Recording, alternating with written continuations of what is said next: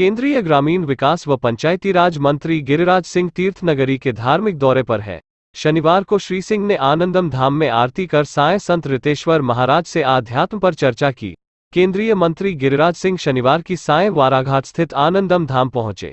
आश्रम की प्राकृतिक छटा को देखकर श्री सिंह आह्लादित हो उठे। आश्रम परिसर में आधुनिक साज सज्जा के बजाय प्राचीनता को प्रमुखता देते हुए विद्युत व्यवस्था के स्थान पर दीपक प्रज्वलित किए जाते हैं।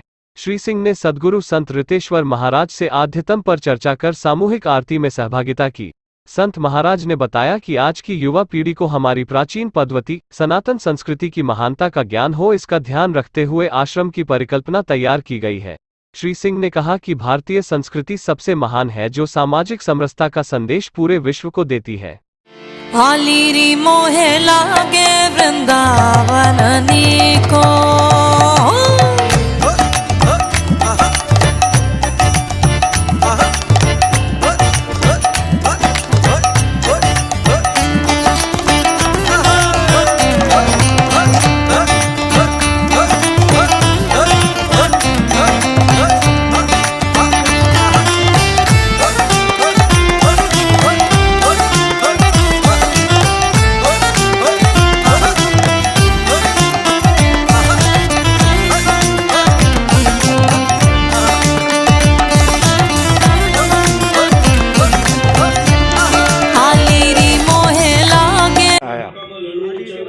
लेकिन रितेश्वर महाराज जी से मेरी पहले ही मुलाकात हुई है और यहाँ आने के बाद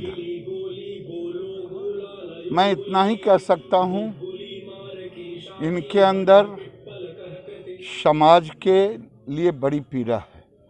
सामाजिक समरसता न टूटे इसके लिए पीड़ा है और सनातन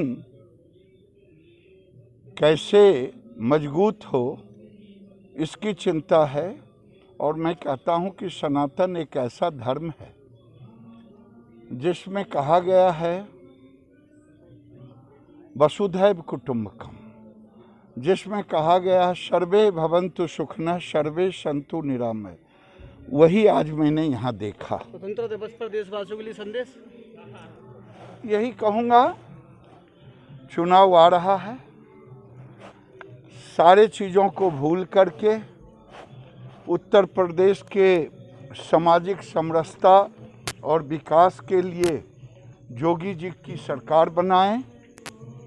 छोटी चीज़ों के लिए हमारे गांव की कहावत है कि मंदिर में बताशा प्रसाद के रूप में दिया जाता है, तो बताशा के लिए मंदिर ना टूटे, यही मैं कहूँगा उत्तर प्रदेश के लोग।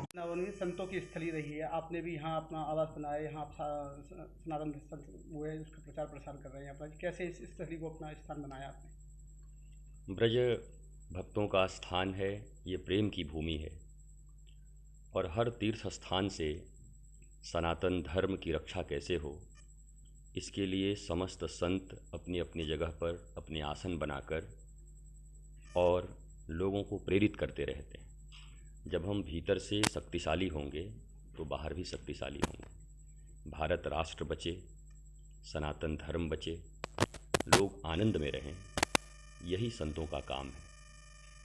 महाराज जी, युवा पीढ़ी जो है पैसे संस्कृति और भग रही है, आप सनातन संस्कृति को, यहाँ काफ़ी युवा बच्चे हैं जो सनातन संस्कृति का प्रचार प्रसार कर रहे हैं। आपने यहाँ देखा होगा कि ये पूरी सनातन संस्कृति के अवधारणा पर आश्रम बनी हुई है।